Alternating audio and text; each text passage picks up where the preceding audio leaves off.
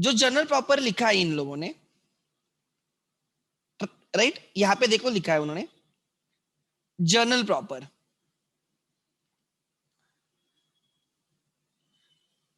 अगर कोई ट्रांजैक्शन किसी भी बुक्स में रिकॉर्ड नहीं होता है तो वो जर्नल प्रॉपर में रिकॉर्ड होगा। Like entries related to opening entries, opening entry assets account debit to liabilities account credit to capital account credit.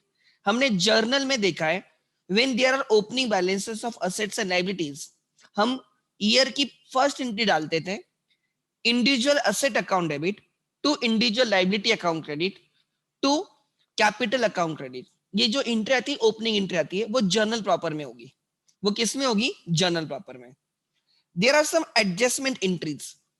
जब हम राइट फाइनल अकाउंट्स का चैप्टर करेंगे, फाइनल अकाउंट्स का चैप्टर करेंगे, तब हम एडजस्टमेंट एंट्रीज करेंगे। उन एंट्रीज को पास करने के लिए जर्नल प्रॉपर का यूज किया जाता है। रेक्टिफिकेशन भी एक अलग चैप्टर है। Rectification entries, if there is an error while recording the transactions, when there is an error while recording the transactions, तो उस एरर को रेक्टिफाई करने के लिए, उस एरर को करेक्ट करने के लिए जो एंट्री डाली जाती है उसको रेक्टिफिकेशन एंट्री बोलते हैं। And that entries, rectification entries are pass to journal proper.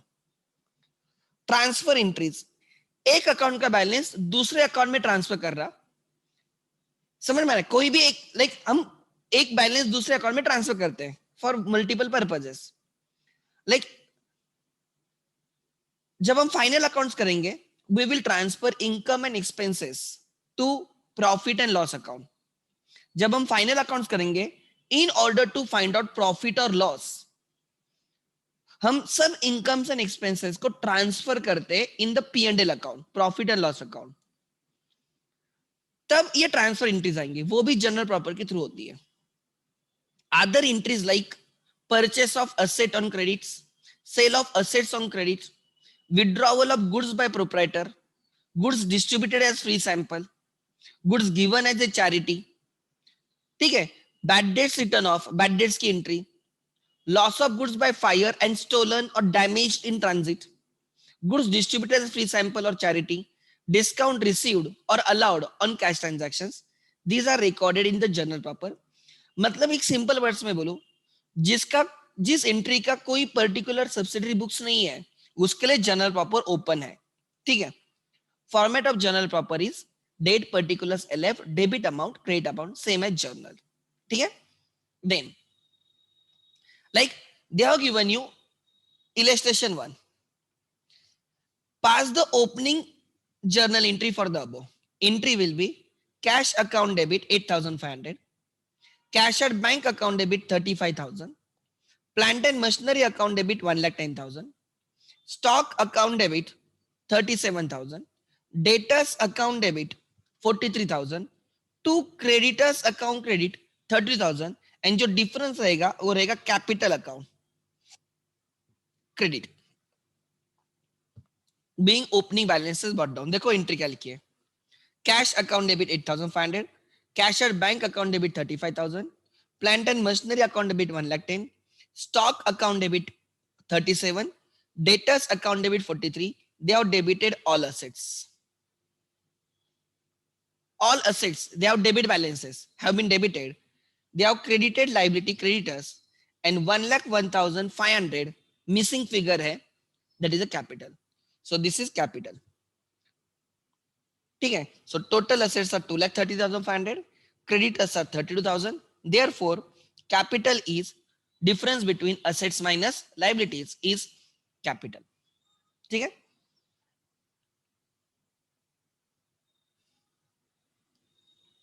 ये कोई चैप्टर से उनकी एंट्रीज है तब हम समझेंगे, so don't worry at all, ठीक है। आगे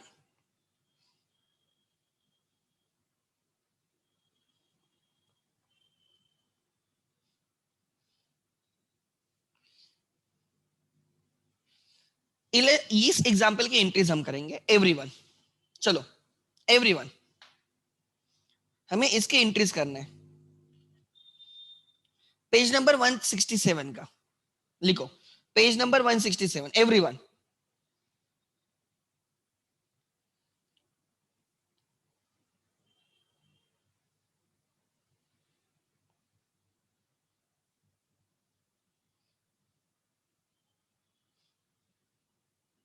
page number 167.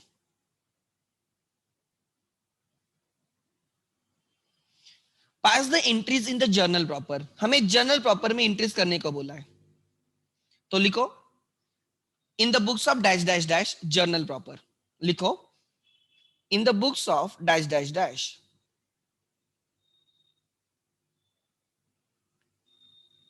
In the books of dash dash dash journal proper. Journal proper मतलब जर्नल ही. Journal proper. डेट, particulars,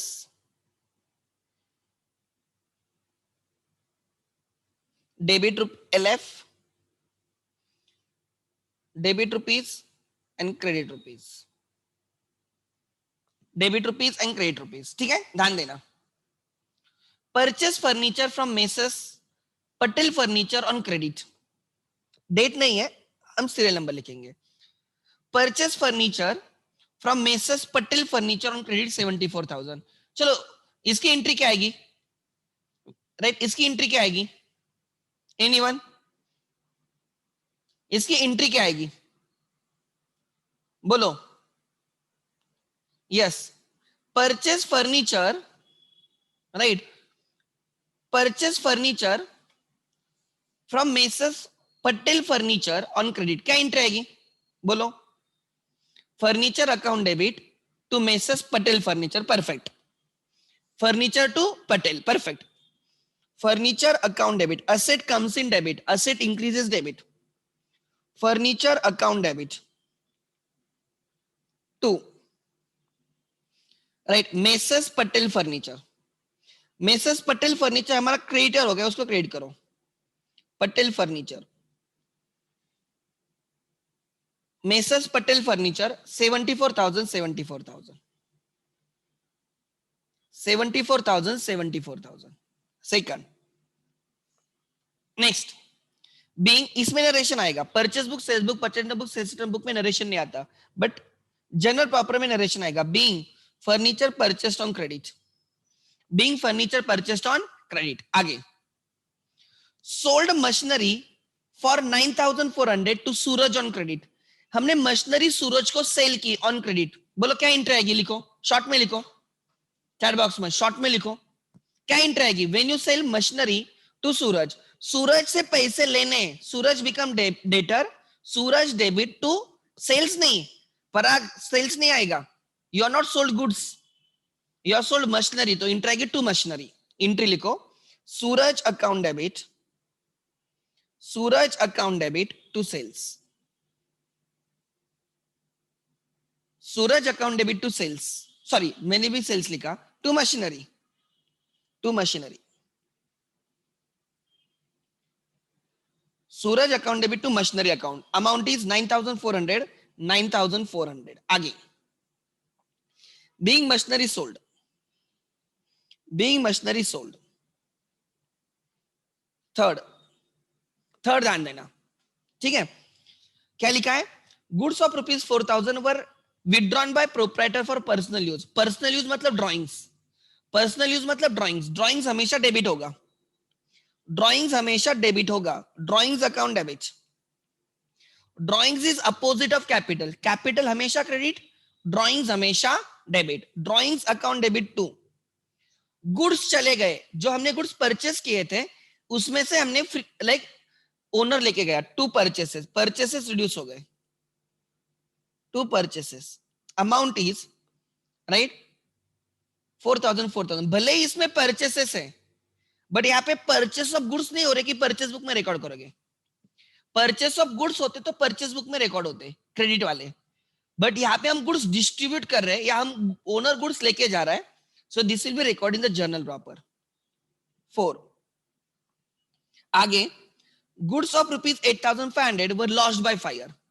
अच्छा, उसके पहले एक है goods distributed free sample 11,000. Free sample मतलब advertisement. Expense account debit, advertisement account debit. 2 purchases में से गए इसलिए 2 परचेसेस, ये आउटफ्लो है, outflow other than purchase, outflow other than sales. कितने के गुड्स हमने फ्री सैंपल बोल के डिस्ट्रीब्यूट किए? 11,000। सो एंट्री आएगी 11,000 11,000। नरेशन लिखना भूलना नहीं, जर्नल प्रॉपर में नरेशन डेफिनेटली रहेगा, ठीक है। आगे then being,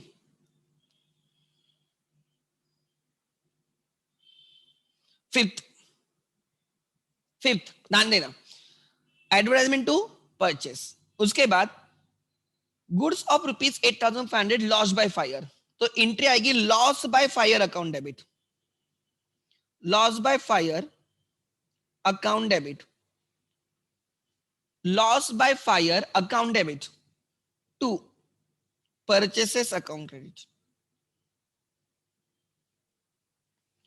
loss by fire account debit to purchases. कितने के गुड्स हमने हमारे लॉस हो गए? 8,500। कोई क्लेम है? क्लेम को डेबिट करने के लिए कुछ क्लेम मिल रहा है क्या? क्या इंश्योरेंस कंपनी को डेबिट करने के लिए? नहीं। अगर सपोज हमें 8,500 में से 3,500 का क्लेम होता तो एंट्री आती insurance claim receivable account debit 3,500, loss by fire account debit 5,000 to purchases account credit 8,500।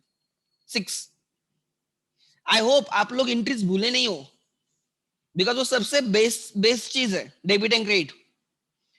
Cash discount received from Seema, cash discount received from Seema, cash discount received is income, credit किया जाएगा to cash discount, to discount received,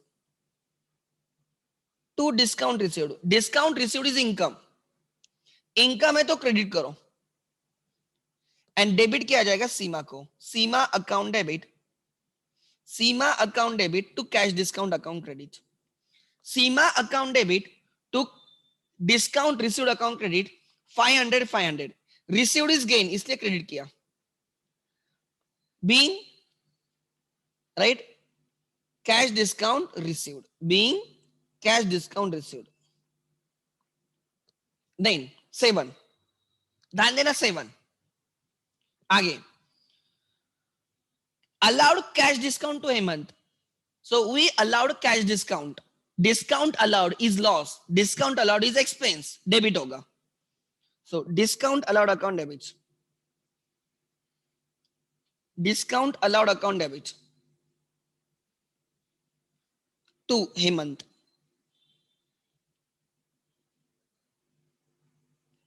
discount allowed account debit to Hemant कितना? 600 600, being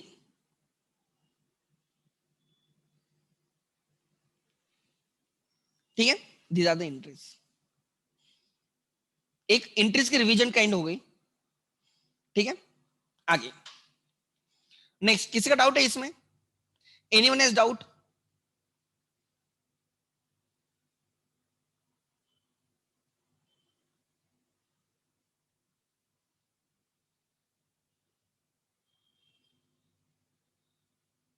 ठीक है, discount allowed to Hemant, discount allowed account debit to Hemant. Then चलो इसमें से question करेंगे।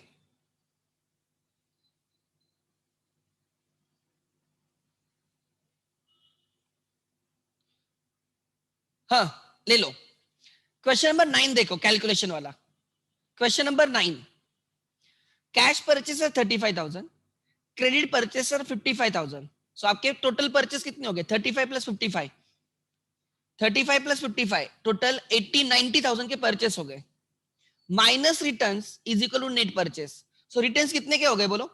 चलो टाइप करो आंसर, रिटर्न्स कितने के हो गए? Net purchases are 88,000, so your total purchases is cash purchase plus credit purchase is your total purchase, so total 90,000 के purchase हो गए and net purchases are 88, so 2,000 is your purchase return, 2,000 is your purchase return, good, 2,000 is your purchase return, perfect। आगे cash sales नहीं दिया है उन्होंने, they have given you credit sales, 60,000 के credit sales है, 3,000 के रिटर्न्स है, टोटल सेल्स आर 1,02,000.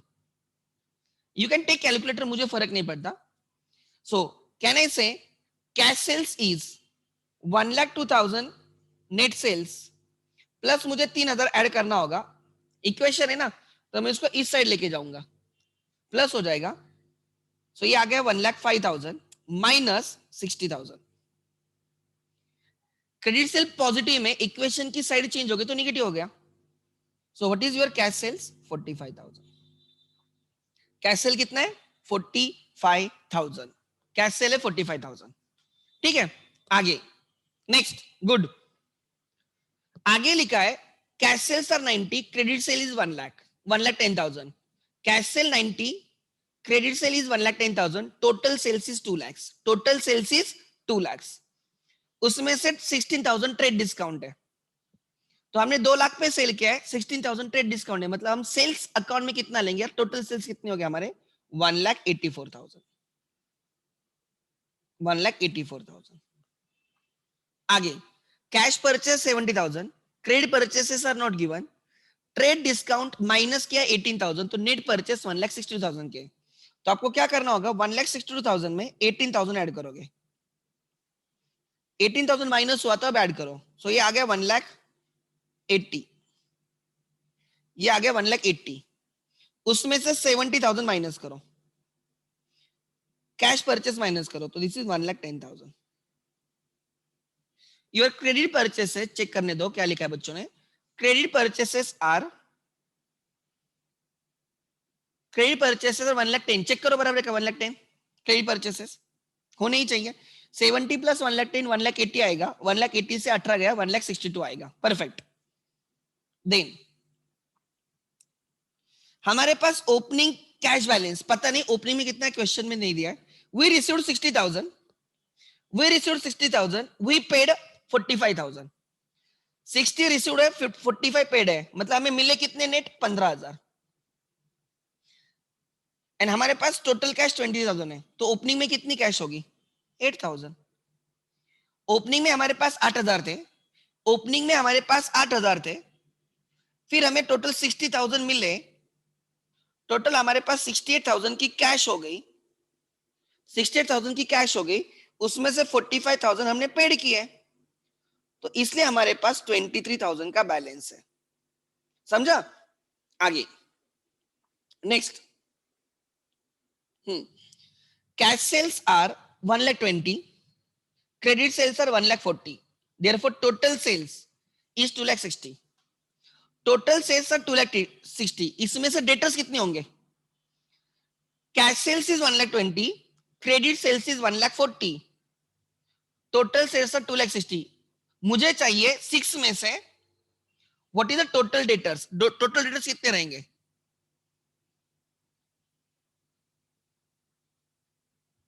0 क्यों?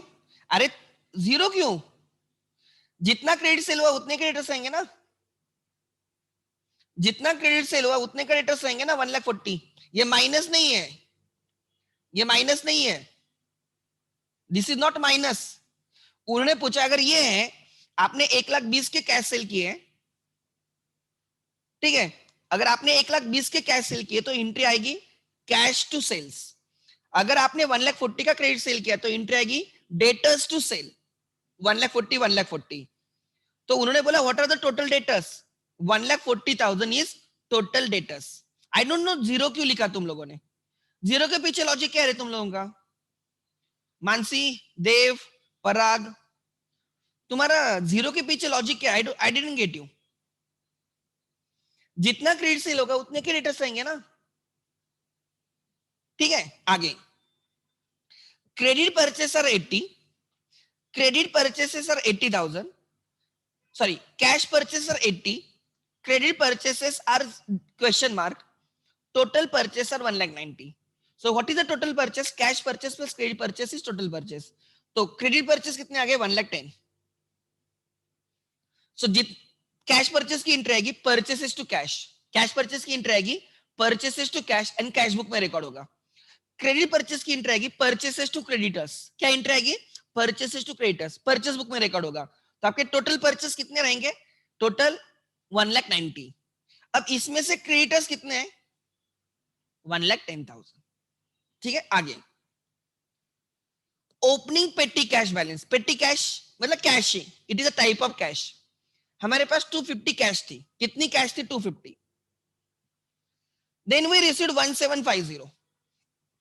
देन वी रिसीव्ड 1750, तो हमारे पास टोटल कैश कितनी आ गई? ठीक है, सो ठीक है, लिख लेना 250 is cash plus 1750 you received, total cash आ गई 2000।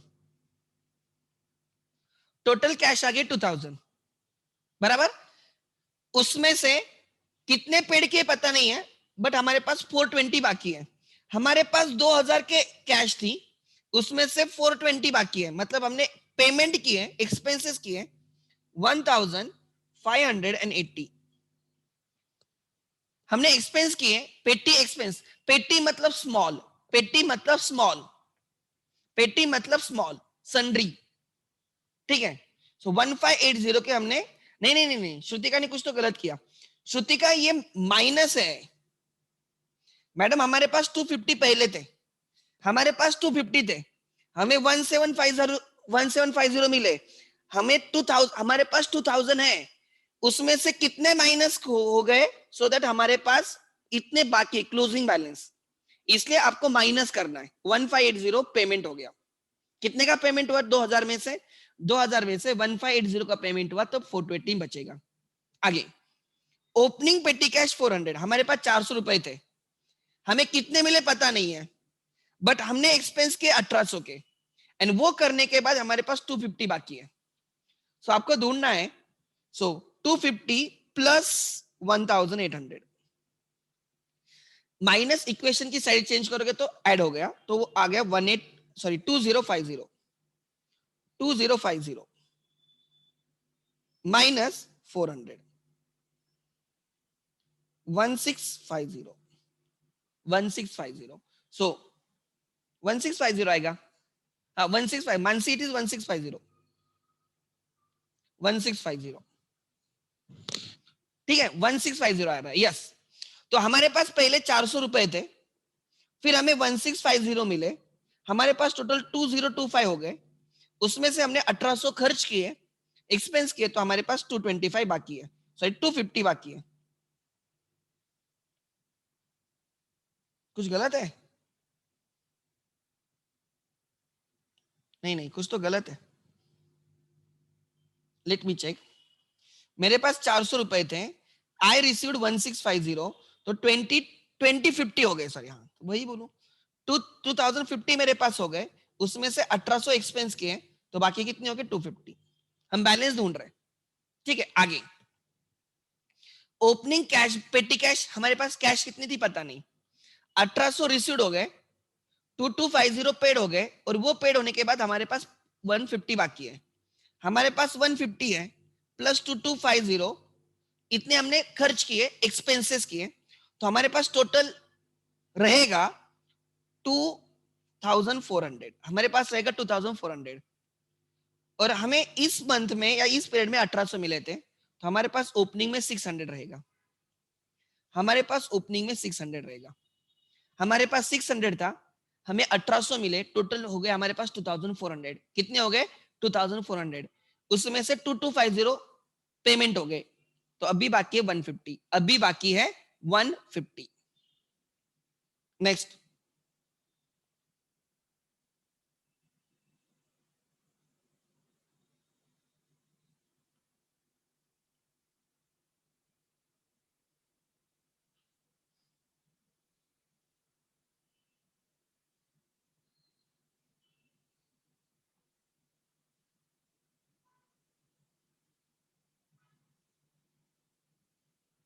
ठीक है 600। तो इससे मतलब ये आपको एक प्रैक्टिस है, ये अकाउंटिंग मतलब ये मैथमेटिकल कैलकुलेशन की प्रैक्टिस है, बट ये समझाएगा व्हाट इज परचेस, तो cash purchase plus credit purchase is total purchase, what is sales, cash sale plus credit sale is a total sales. ठीक है, लाइक दैट। आगे next, I have confusion in the ninth. Ninth में confusion है क्या? ये ध्यान देना, ninth. Okay madam, हमारे पास ओपनिंग में कितनी कैश थी? 400 रुपए। तुम्हारे पास 400 रुपए थे। You don't know how much you received. उसमें से तूने 1800 पेड किए। ये पेड होने के बाद यू आर लेफ्ट विद 250। तो ध्यान देना, तेरे पास ओपनिंग में थे 400 रुपीज। ओपनिंग में थे 400 rupees. You received, you don't know कितने रिसीव्ड हुए, तुझे पता नहीं। या इसे लिखता हूं, तेरे पास 400 रुपीज थे, you received x rupees, you don't know, minus you paid 1800। You paid 1800 and इसके बाद you are left with 250। You are left with 250, therefore x is equal to 250 plus 1800 minus 400, therefore x is equal to, right, it is 2050 minus 400, therefore x is equal to 1650। you received 1650, you received 1650। तेरे पास 400 थे, तुझे 1650 मिले, 1650 मिले, total हो गए 2050। उसमें से तूने 1800 खर्च किए, एक्सपेंसेस किए, तो तेरे पास अब बाकी है 2050 में से you spend 1800, you are left with 250। Now this should be clear. Madam बोलो, भूमिका मैडम बराबर है क्या? समझा या नहीं समझा भूमिका?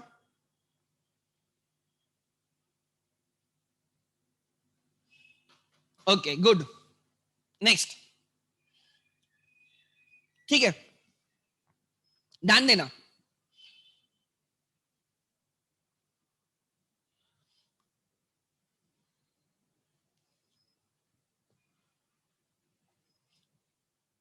एक सेकंड,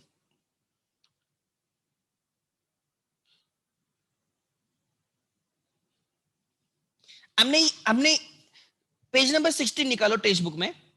ये क्वेश्चंस किए थे क्या? एक बार कंफर्म करो, ये वाले वन टर्म्स वगैरह कंफर्म करना खाली।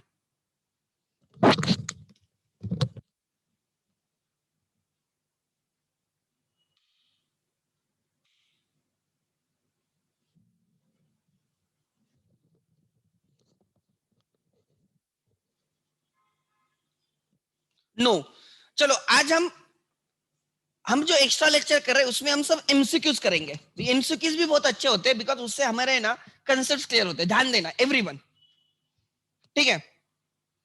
What is book keeping? मैंने अभी तक डेफिनेशन भी नहीं बोली बुक कीपिंग की। मैं सबसे लास्ट लेक्चर में बुक कीपिंग की डेफिनेशन बोलूंगा। आप टेक्स्ट बुक में देख सकते हो, it is book keeping the art of recording, analysing, summarising the transactions, right. वो डेफिनेशन है, बट मैं आपको डेफिनेशन का मतलब अपने आप समझेगा, उस लेवल पे जाके मैं डेफिनेशन सिखाऊंगा फिर, ठीक है। What do you mean by goods? Goods are the things in which we do the business. Goods are the things in which business is done. Example, for Nike, the shoes, the shirts, right? Sports equipment, Nike ke, those are the goods. For Maruti, vehicles are the goods. For Vijay Sales, those electronic gadgets in his shop available for sale are goods. ठीक है। For cement dealers, cement bags in his godown is goods. For Amenora, the flats available for sale are goods. Are you getting my point? Capital, owner's contribution into business. Owner's contribution into business in cash or in kind. In cash, sometimes he gives cash or sometimes he may give otherwise than cash, like building, furniture, vehicle, computer. समझ में आ रहा है? In cash or in kind is called as capital. What is the drawings? When owner withdraws money or in kind, some assets from the business for his personal use is called as drawings. What is a goodwill? Name, reputation of the business reputation of the business measured in the money terms. Reputation of the business, name of the business measured in the money terms is called as goodwill. Goodwill is an intangible asset. Goodwill is intangible asset. आपको 2 पता है, 3 पता है, 4 पता है, 5 पता है. First की डेफिनेशन, बुक की डेफिनेशन में फर्स्ट लेक्चर में सिखाना भी नहीं चाहता था, बिकॉज घंटा समझ में आता, ये समझ लेना. तो एक लेवल पे, और हम फाइनल अकाउंट जब करेंगे ना, फाइनल अकाउंट्स का चैप्टर, तो उसके बाद राइट हम उस पे हाथ लगाएंगे. हमारे सब्सिडरी बुक्स होने दो, then I will directly take final accounts, because एक सीक्वेंस में हमारा पूरा फाइनल अकाउंट्स हो जाएगा. Then I will take BRA certification, वो चैप्टर्स में बाद में ले लूंगा. मैं फाइनल अकाउंट्स ले लूंगा, बिकॉज अभी हमें थोड़ी थोड़ी चीजें समझ में आ रही है, तो उसको कैपिटलाइज करके I will do directly final accounts. ध्यान देना, प्रॉफिट ढूंढना and assets and liabilities final करना, वो फाइनल अकाउंट्स रहेगा. आगे, given the word, give the one word और फ्रेज. ठीक है, रिकॉर्डिंग ऑफ ट्रांजैक्शंस, बोलो क्या होता है? रिकॉर्डिंग ऑफ बिजनेस ट्रांजैक्शन, क्या बोलते हो? Recording of business transactions. Type करो, चलो आप व्हाट्सएप फेसबुक पे बहुत अच्छे से टाइप करते हो, इंस्टा पे जल्दी स्पीड में. Recording of business transactions, recording, I don't think book keeping. Are you sure book keeping? मेरे हिसाब से recording the transaction is called journalising. मुझे लगता है इसका आंसर जर्नलाइजिंग है. चेक करो पीछे,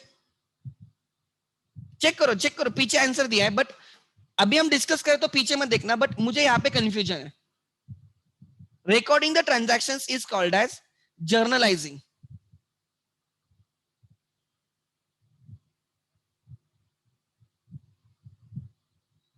bookkeeping is a more it is more in-depth concept, just not recording. Bookkeeping also involves summarizing, classifying and summarizing. Acha, it is bookkeeping, okay, no issues. Okay, it is bookkeeping, no problem. But actual में देखा जाए, bookkeeping is not just recording, it is also classifying the transactions, also summarizing the transactions. ठीक है, so एक second,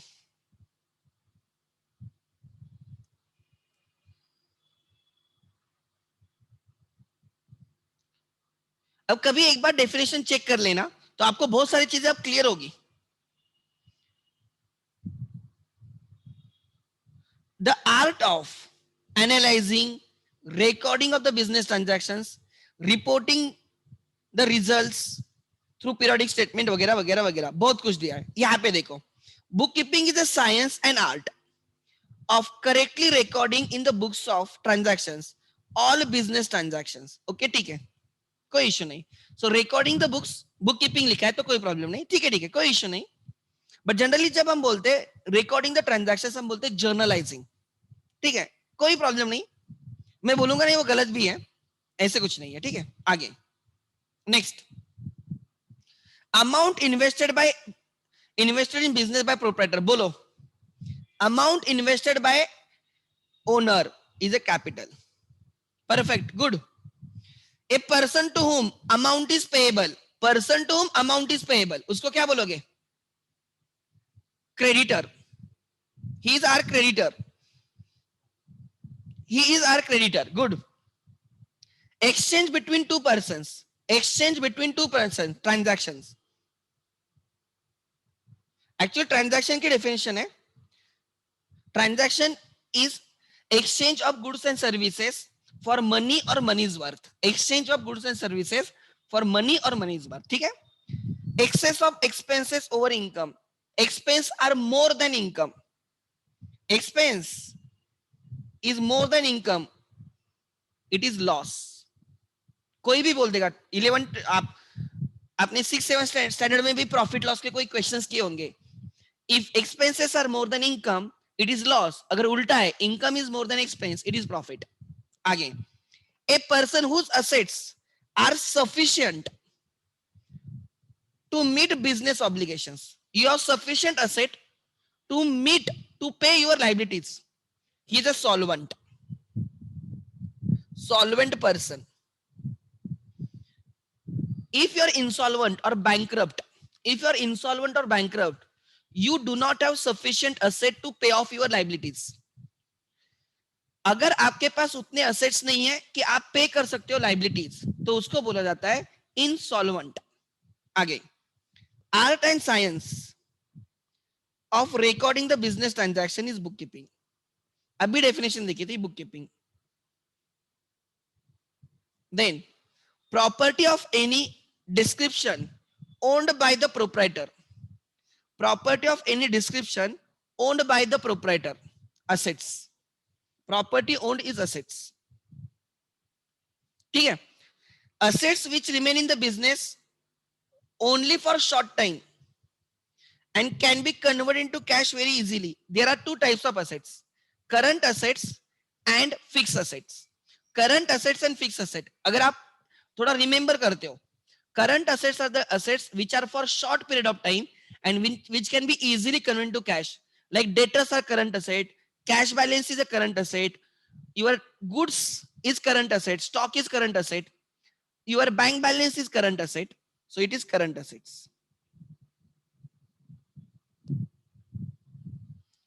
Allowances given on a catalog price. Catalog price मतलब printed price. Printed price पे जो discount दिया जाता है उसको कौन सा डिस्काउंट बोलते हैं? Trade discount. Trade discount. And invoice price पे जो डिस्काउंट दिया जाता है, इनवाइस प्राइस पे होता है कैश डिस्काउंट। एमआरपी, एमआरपी पे जो डिस्काउंट दिया जाता है, एमआरपी पे जो डिस्काउंट दिया जाता है होता है टीडी, ट्रेड डिस्काउंट। एंड फिर ट्रेड डिस्काउंट देने के बाद जो वैल्यू आती है उसको इनवाइस प्राइस बोलते हैं। एंड फिर वो इनवाइस पे करते टाइम आपको जो डिस्काउंट मिलता है, इनवाइस प्राइस पे जो डिस्काउंट मिलता है वो होता है कैश डिस्काउंट। लिख लेना। दूसरा, allowance given on invoice price is cash discount.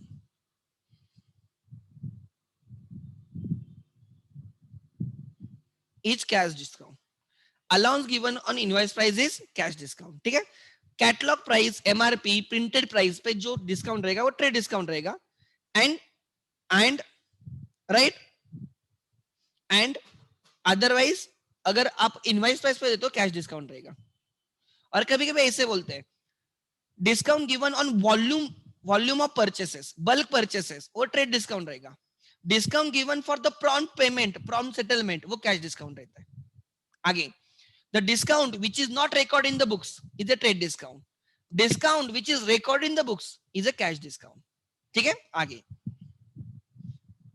surplus of income over expense. Income is more than expense. Income minus expense क्या रहेगा? Profit, deficit, loss, ABCD. ABCD तीनों में से, मतलब पूरा आंसर मत लिखो, खाली ABCD. Yes, perfect, profit. Income minus expense is profit. Dash dash is a basis of accounting. Dash dash is the basis of accounting. Actual cash receipts and actual cash payments are recorded. ये अभी तक मैंने बोला नहीं है, ये अभी तक मैंने सिखाया नहीं है। ये मैं लास्ट चैप्टर में, there is are two types of accounting systems, cash system of accounting and accrual system of accounting. एक होता है कैश सिस्टम ऑफ अकाउंटिंग, दूसरा होता है एक्रूअल सिस्टम और मर्केंटाइल सिस्टम ऑफ अकाउंटिंग। जो हम सीखते हैं, जो हम कर रहे हैं अभी पहले दिन से, वो एक्रूअल सिस्टम है, ठीक है। ये मैं बाद में जब आएगा तब मैं सिखाऊंगा, बट ये इसका आंसर कैश सिस्टम है। इसका आंसर कैश सिस्टम है। Actual cash receipts and actual cash payments are recorded. जब कैश आएगी तब रिकॉर्ड होगा, जब कैश जाएगी तब रिकॉर्ड होगा। क्रेडिट ट्रांजैक्शंस रिकॉर्ड नहीं होंगे। कैश सिस्टम में क्रेडिट ट्रांजैक्शंस रिकॉर्ड नहीं होते। लाइक हमने क्रेडिट पे गुड्स सेल किए, रिकॉर्ड नहीं होंगे। क्रेडिट पे गुड्स परचेस करोगे तो रिकॉर्ड नहीं होंगे। सैलरी पेएबल है, रिकॉर्ड नहीं होगी। रेंट रिसीवेबल है, रिकॉर्ड नहीं होगा। बट आप बोलोगे सर हम तो इतने दिन से तो कर रहे हैं। अरे हम एक्रूअल सिस्टम फॉलो करते हैं। कैश सिस्टम में ओनली कैश ट्रांजैक्शंस रिकॉर्ड होते हैं, क्रेडिट ट्रांजैक्शंस रिकॉर्ड नहीं होते। समझ में आ रहा है? But right, which is more accurate system, जो हम करते हैं एक्रूअल सिस्टम, जो हम करते हैं वो एक्रूअल सिस्टम है, वो करेक्ट सिस्टम है। आगे, amount which is not recoverable from customer, amount which is not recoverable from customer, ABCD. A, it is bad debts, it is bad debts. कोई मुझे बैड डेट्स की एंट्री बोलेगा क्या? लिखो एंट्री. बैड डेट्स की entry क्या आती है? बैड डेट्स अगर ऐसे लिखा है बैड डेट्स आर ₹5,000 तो उसकी एंट्री क्या आएगी?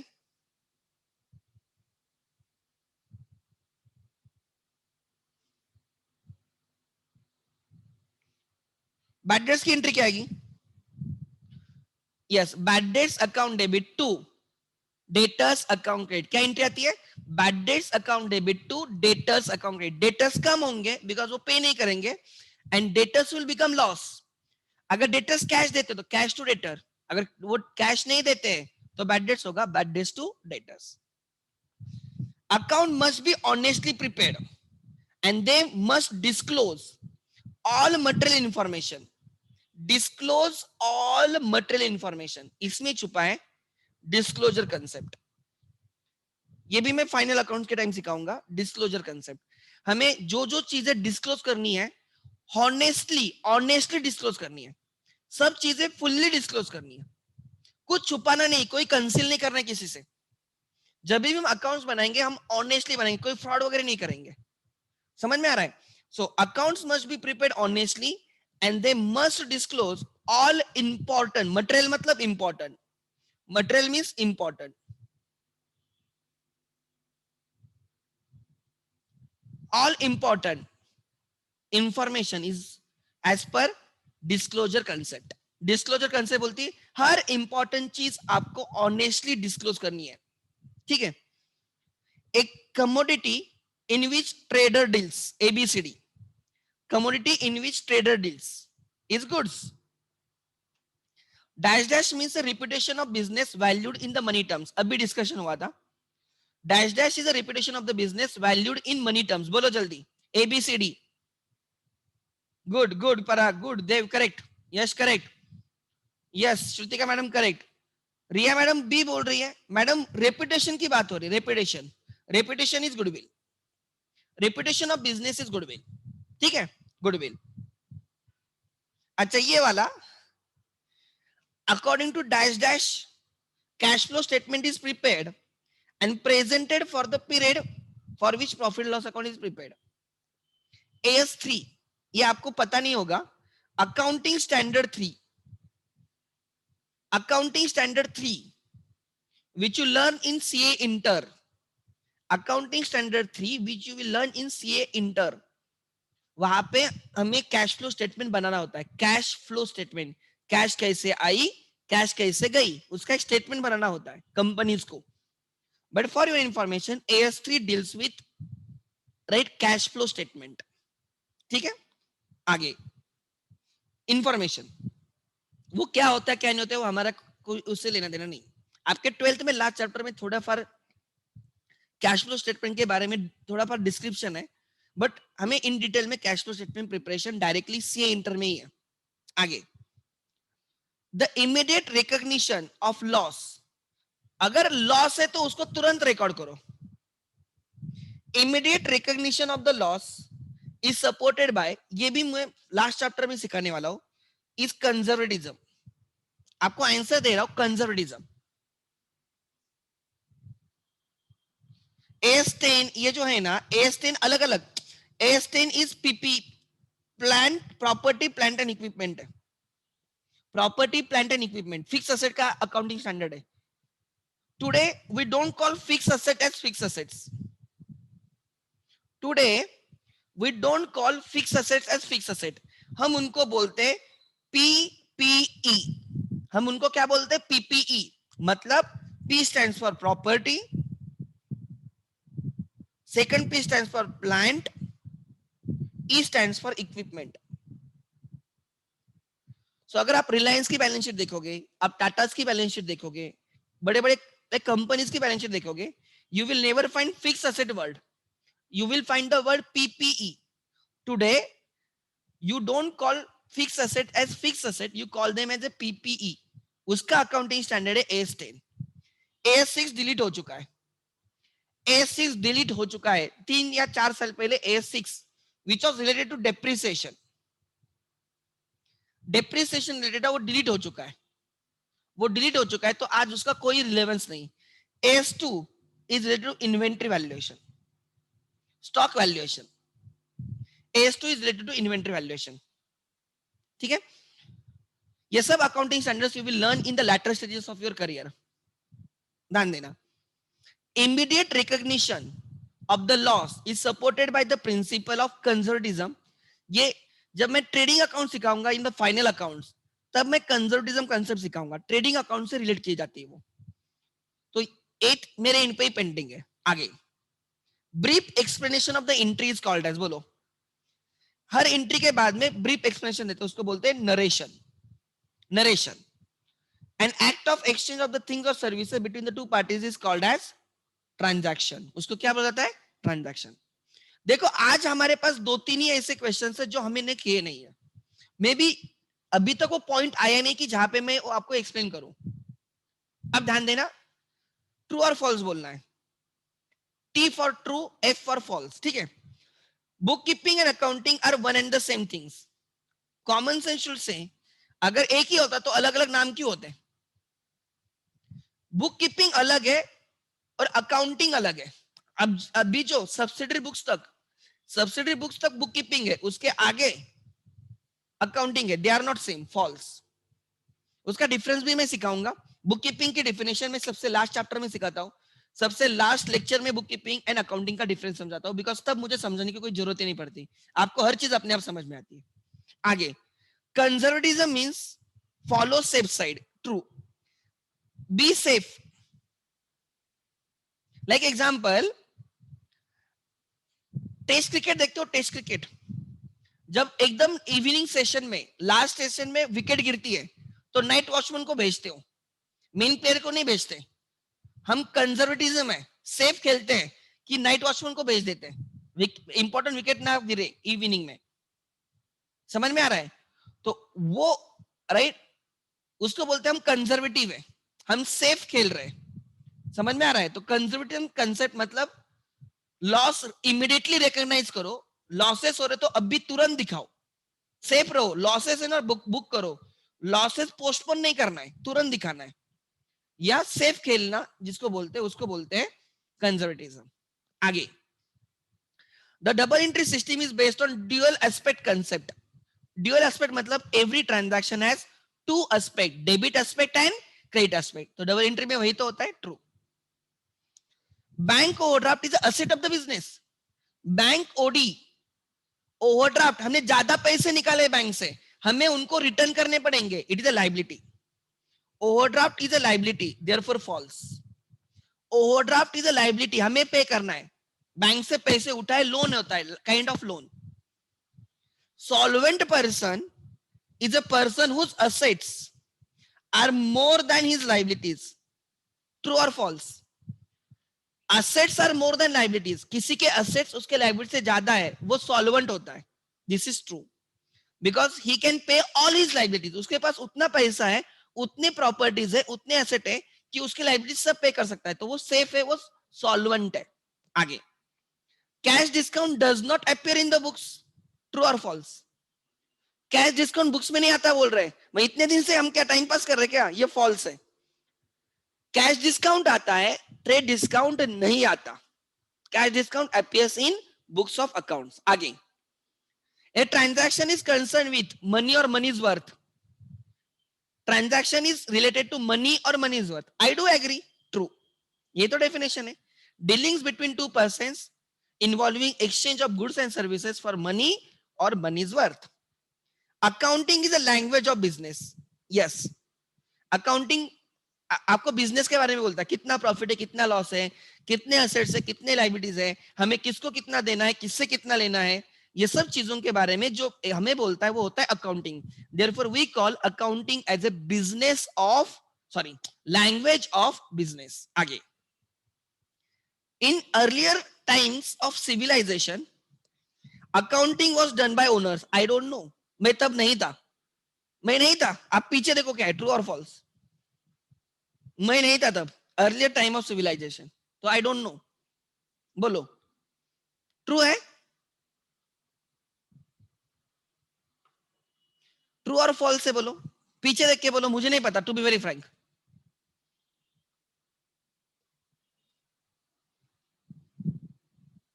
अच्छा फॉल्स है, ठीक है। ऐसे क्वेश्चन फालतू क्वेश्चंस होते हैं, ठीक है। आगे, अब उस जमाने में क्या होता था, मुझे क्या लेन देना है। आगे, book keeping is useful to find out all tax liabilities. Actually book keeping से टैक्स लाइबिलिटी पता नहीं चलती, अकाउंटिंग से टैक्स लाइबिलिटी पर टैक्स कितना है ना वो अकाउंटिंग से पता चलता है, बिकॉज टैक्स प्रॉफिट पे रहता है, एंड प्रॉफिट निकालने के लिए हमें प्रॉफिट एंड लॉस अकाउंट करना होता है, and profit and loss account ये आपके अकाउंटिंग का पार्ट आता है। So this is false.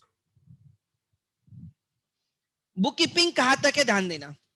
अच्छा यश, एनी डाउट? यश, ध्यान देना मैं क्या बोल रहा हूं आपको।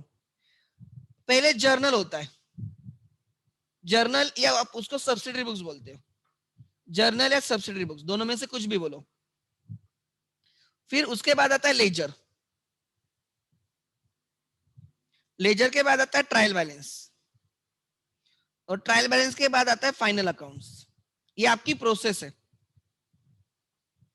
जैसे सब्सिडरी बुक्स हो जाएगा, I will shift to the final accounts. ध्यान देना, मैं लास्ट वाला चैप्टर लूंगा, ठीक है। अच्छा वो ट्रू, अच्छा वो ट्रू है क्या?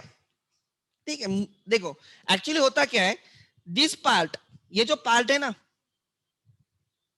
ये बुक कीपिंग है, लेजर तक बुक कीपिंग है, एंड उसके आगे जो होता है ना वो अकाउंटिंग होती है, ये अकाउंटिंग होती है। बट प्रॉफिट हमें फाइनल अकाउंट्स में पता चलेंगे, एंड वहां पे हमें टैक्स पता चलेगा। तो मेरे हिसाब से accounting will help you to find out tax, accounting will help you to find out tax. कोई तो बोल रहा है सर पीछे ट्रू लिखा है, ठीक है, बट आपको आपका टैक्स कितना है वो ना ईयर के एंड में पता चलता है, जब आप प्रॉफिट एंड लॉस अकाउंट करते हो, ठीक है। आगे, सो यहां तक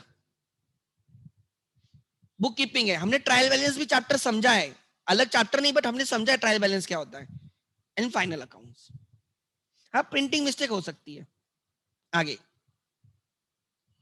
वेदर यू एग्री और डिसएग्री, वेदर यू एग्री और डिसएग्री, ध्यान देना। Accounting is useful only for owner? No, accounting useful for everyone. Owner को, जिनसे हमने लोन लिया उनको, हमारे क्रेडिटर्स को, सबको अकाउंटिंग यूजफुल है। कैसे? ध्यान देना, जो हम अकाउंटिंग करते हैं उसका फायदा किस किस को? ओनर को तो है, बिकॉज ओनर को पता चलता है आप प्रॉफिट में हो या लॉस में हो, आपके असेट्स कितने, आपके लाइबिलिटीज कितने हैं। ये सब का answer accounting balance sheet profit and loss देता है। तो ओनर को तो है ही, जिनसे हमने लोन लिया है ना उनको भी हमारी अकाउंटिंग हेल्पफुल रहती है। आपने कभी सुना होगा कि जब हम लोन लेने जाते हैं वो बोलते हैं तुम्हारे बैलेंस शीट दिखाओ, तुम्हारा प्रॉफिट एंड लॉस दिखाओ। उससे वो आपका कितना लोन देना है वो अमाउंट ढूंढते हैं, आप कितने प्रॉफिट में हो, आपका credit worthiness, word is credit worthiness, credit आपको कितना लोन देने का, आपकी कितनी लायकी है, वर्दीनेस, आपकी लोन एलिजिबिलिटी कितनी है, सिंपल वर्ड्स में लोन एलिजिबिलिटी कितनी है, वो ढूंढने के लिए वो आपको बोलते हैं हमें आपका कैश फ्लो स्टेटमेंट दिखाओ, वो बोलते हैं आपका प्रॉफिट एंड लॉस अकाउंट दिखाओ, बैलेंस शीट दिखाओ, इनकम टैक्स रिटर्न्स दिखाओ। एग्जांपल समझ में आ रहा है? सुना होगा आपने। तो जिनको लोन देना है, अगर आप किसी को लोन देने जाते हो तो आप क्या बोलोगे, तेरी फाइनेंशियल पोजीशन कैसे, अगर तू रिपे करेगा तो ही मैं तुझे लोन दूंगा। अगर उसकी फाइनेंशियल पोजीशन अच्छी नहीं है तो हम उसको लोन नहीं देंगे। तो फाइनेंशियल पोजीशन कहां से पता चलेगी? Balance sheet. समझ में आ रहा है? इसलिए जो लोन देते हैं लेंडर्स, उनके लिए भी, बैंकर्स जो लोन देते हैं उनके लिए भी अकाउंटिंग इंपॉर्टेंट होती है। उसके बाद क्रेडिटर्स को भी इंपॉर्टेंट है। क्यों? बिकॉज क्रेडिटर्स से हम उधारी पे लेते हैं, तो उनको भी टेंशन है ना, हम उनको पे करेंगे नहीं करेंगे।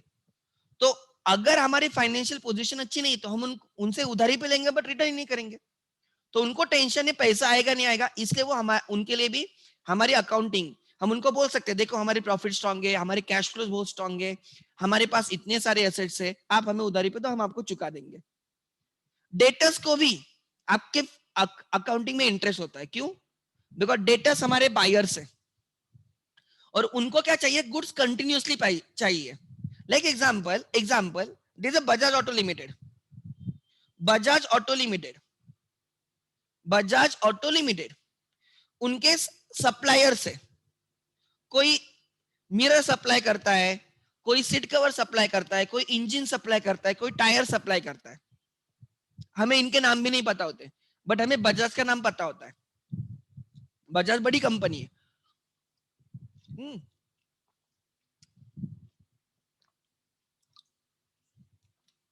तो अब Bajaj is a buyer in this. ये जो बजाज बहुत सारे मटेरियल इन सप्लायर से परचेस करता है। इन सप्लायर्स को एंसिलरी इंडस्ट्रीज बोलते हैं। क्या बोलते हैं? Ancillary industries. तो बजाज के बहुत सारे एंसिलरी इंडस्ट्रीज के आजू बाजू में रहेंगे, जिनसे बजाज बहुत सारी चीजें परचेस करता है। तो अब as a buyer, Bajaj is a buyer, he is interested in the financial position of suppliers, क्योंकि अगर सप्लायर्स अच्छे पोजीशन में नहीं है तो उनसे हमें टाइमली गुड्स नहीं मिलेंगे। बजाज को क्या चाहिए? टाइम में हर चीज चाहिए। जिनसे रॉ मटेरियल ले रहे हैं बजाज, उनसे उनको टाइम में आना चाहिए। तो बजाज मेक्स श्योर कि इनके सप्लायर स्ट्रांग है, तो जो उनको टाइम में सप्लाई करेंगे। अगर ये सप्लायर क्या करेंगे? किसी और से परचेस करके बजाज को देंगे। तो अगर इनकी फाइनेंशियल पोजीशन अच्छी नहीं तो वो परचेस नहीं कर सकते और बजाज को नहीं बेच सकते, तो बजाज का पूरा काम रुकेगा इनकी वजह से। तो in this case Bajaj is the debtors and the suppliers are creditors of Bajaj. So even debtors are also interested in knowing your position. ठीक है, अभी तक मैंने कौन कौन बोला? ओनर को इंटरेस्ट है, बैंकर्स लेंडर्स को इंटरेस्ट है, क्रेडिटर्स को इंटरेस्ट है, उनका पैसा मिलेगा नहीं मिलेगा इसलिए। डेटर्स को इंटरेस्ट है, क्यों? हम उनको गुड्स टाइमली सेल करेंगे नहीं करेंगे उसमें उनको पता होना चाहिए।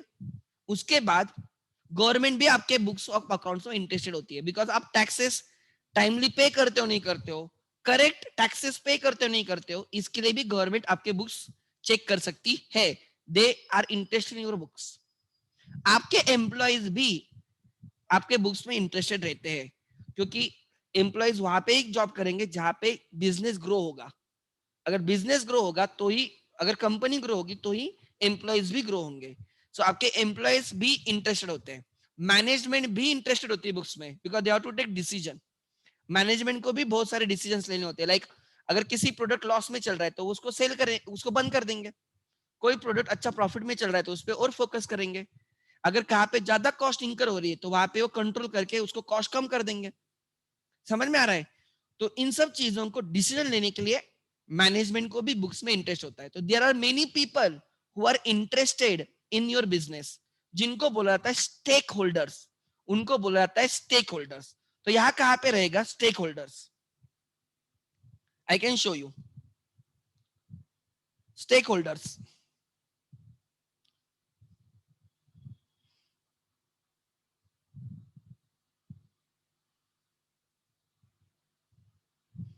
रहेगा कहां पे? तो रहेगा यार,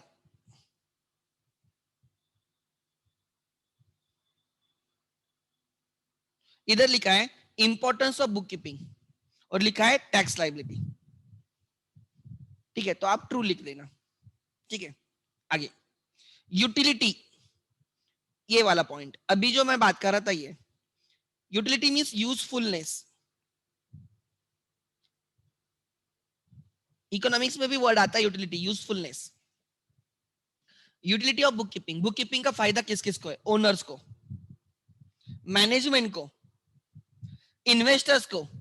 बिकॉज इन्वेस्टर्स उसी कंपनी में इन्वेस्ट करेंगे जो कंपनी स्ट्रांग है, जो कंपनी अच्छा रिटर्न्स देगी, अच्छा पैसा देगी। लॉस मेकिंग यूनिट्स में कोई इन्वेस्ट नहीं करता, तो वो लॉस मेकिंग है या प्रॉफिट मेकिंग है ये कहां से पता चलेगा? अकाउंट से। So investors before investing they will check your books, they will check your balance sheet, they will check your profit loss account and फिर डिसीजन लेंगे इन्वेस्ट करना है नहीं करना है। कस्टमर्स मतलब debtors, your customers, your debtors are interested because they want to know can you supply them on regular basis or not. Customers can easily understand financial position of the business. He can assured about supply of goods. उसको customer बोलता है आपका कुछ भी हो मुझे time में supply चाहिए। आप ऐसे नहीं बोल सकते यार मेरे पास पैसे नहीं इसलिए मैं तुझे सप्लाई नहीं कर पाया। तो बायर बोलेंगे क्यों हम तुझसे परचेस करेंगे, हम किसी और से लेंगे। तो customers want to know can you supply them on regular basis और नॉट। तो ये आपके फाइनेंशियल पोजीशन पे डिपेंड करता है, can you produce and supply them और not.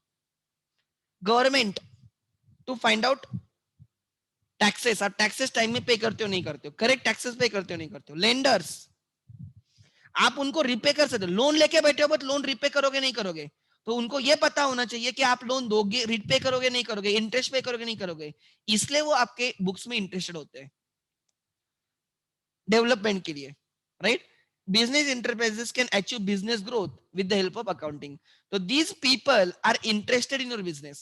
Owners, management, investors, customers, उन्होंने क्रेडिटर्स नहीं दिया, क्रेडिटर्स भी होते हैं, government and lenders, these are called as stakeholders. लिख लेना वहां पे, stakeholders, they are the stakeholders of your business, in some way और other way they are interested in your business, they are stakeholders of the business.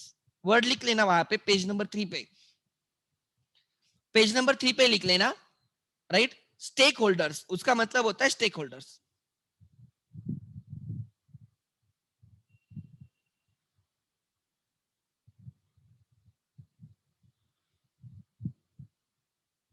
Next,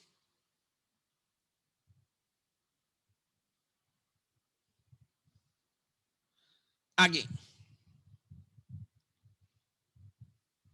ध्यान देना,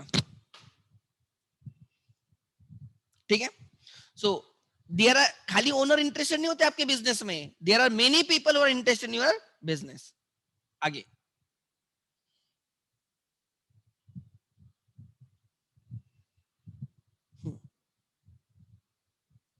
सो accounting is useful only for owner? No, it is useful for government, management, MGMT management, lenders,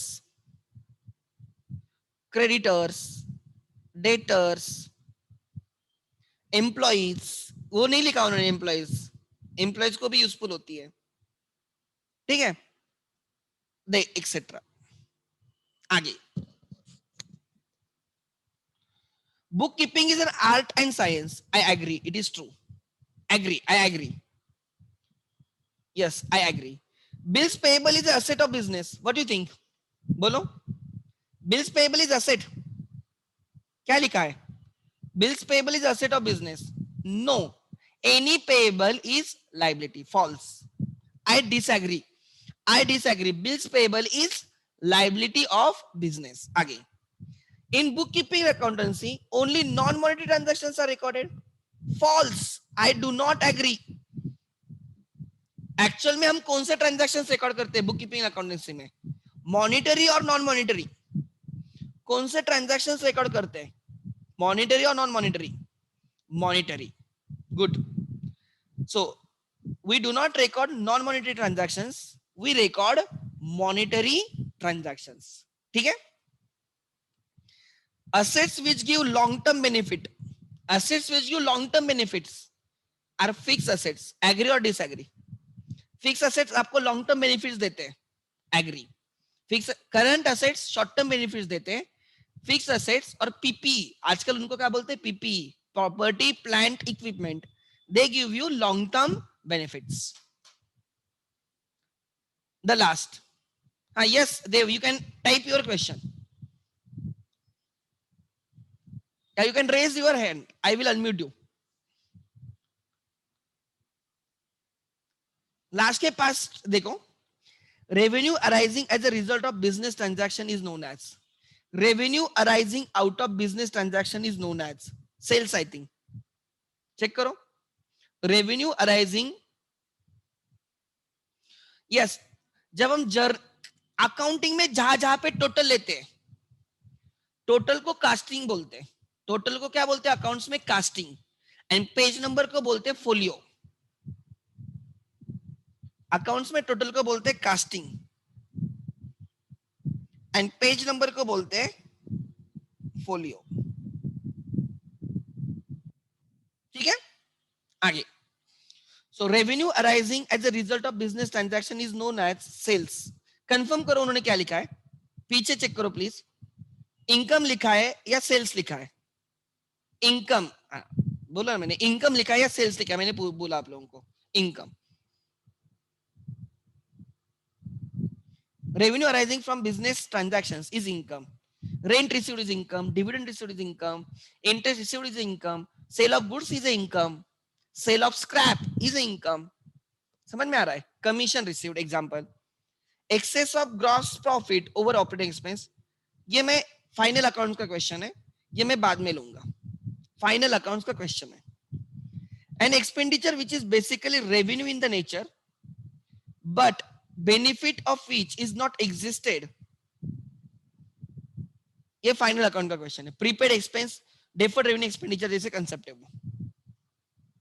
basically revenue है but benefit is not exhausted, वो prepaid expense रहेगा. Check करो पीछे क्या answer दिया है, प्रीपेड एक्सपेंस रहेगा.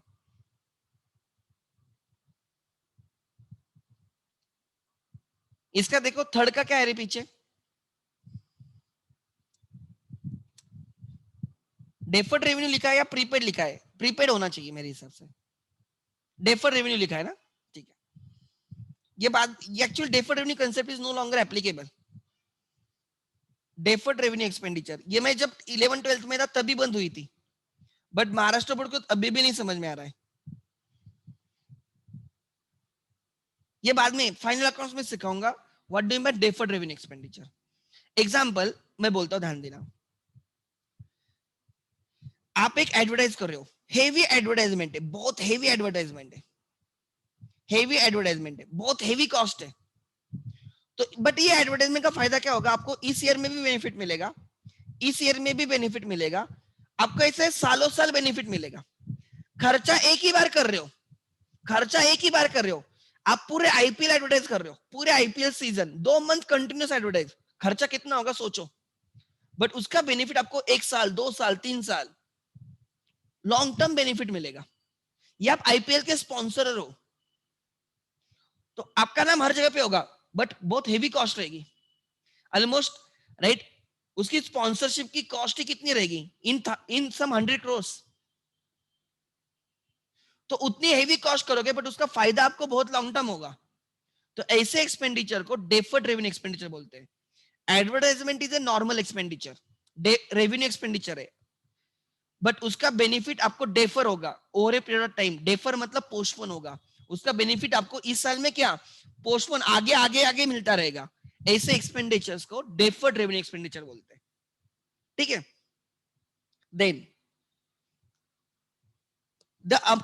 the amount deducted by seller, the amount deducted by seller from the list मतलब MRP, list price, printed price of the goods at the time of sale is, बोलो simple है ये. amount deducted from the list price is TD, trade discount. a person to whom business owes money, we owe money, वो बंदा कौन रहेगा, for goods and services is called as we owe money, creditor. Perfect. And the person who owes us money, जो हमें पैसे ओ करता है, वो कौन रहेगा?